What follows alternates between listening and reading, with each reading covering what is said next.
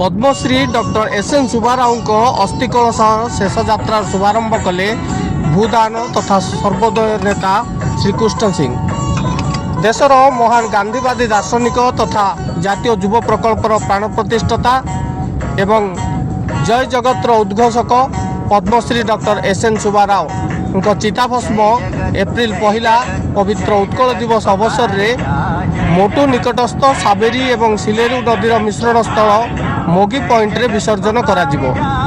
एही अस्थि कलश सद्भावना यात्रा को शुक्रवार सेमिलीगुड़ा स्थित सीतम इंजीनियरिंग कॉलेज प्रेक्षालय ठारे सम्मान प्रदर्शन करा जिवा सह ओडिशार वर्षियान भूदान और सर्वोदय नेता तथा विशिष्ट शिक्षाविद कोरापुटर गांधी श्रीकृष्ण सिंह यात्रार शुभारंभ करछन्ति।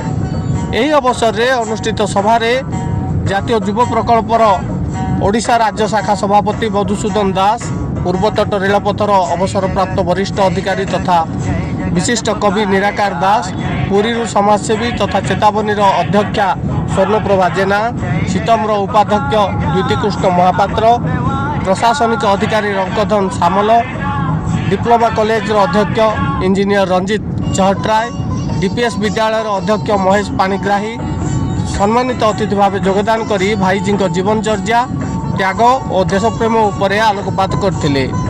सेमिलीगुड़ा महाविद्यालय अध्यापिका तथा जातीय युव प्रकल्पर दक्षिण ओडिशा संयोजिका साहित्यिका डॉक्टर झांसी सिंह एही समावेश में स्वागत भाषण प्रदान करने सह परिचालना करथिले। एही यात्रा समावेश में बहु शिक्षक, अध्यापक, छात्र छात्री और जातीय युव प्रकल्पर स्वेच्छासेवी माने योगदान करथिले। स्वेच्छासेवी माने अस्थि कलश नहीं दिन 2टा समय मालकानगिरी मोटू को यात्रा करथिबा सूचना मिली।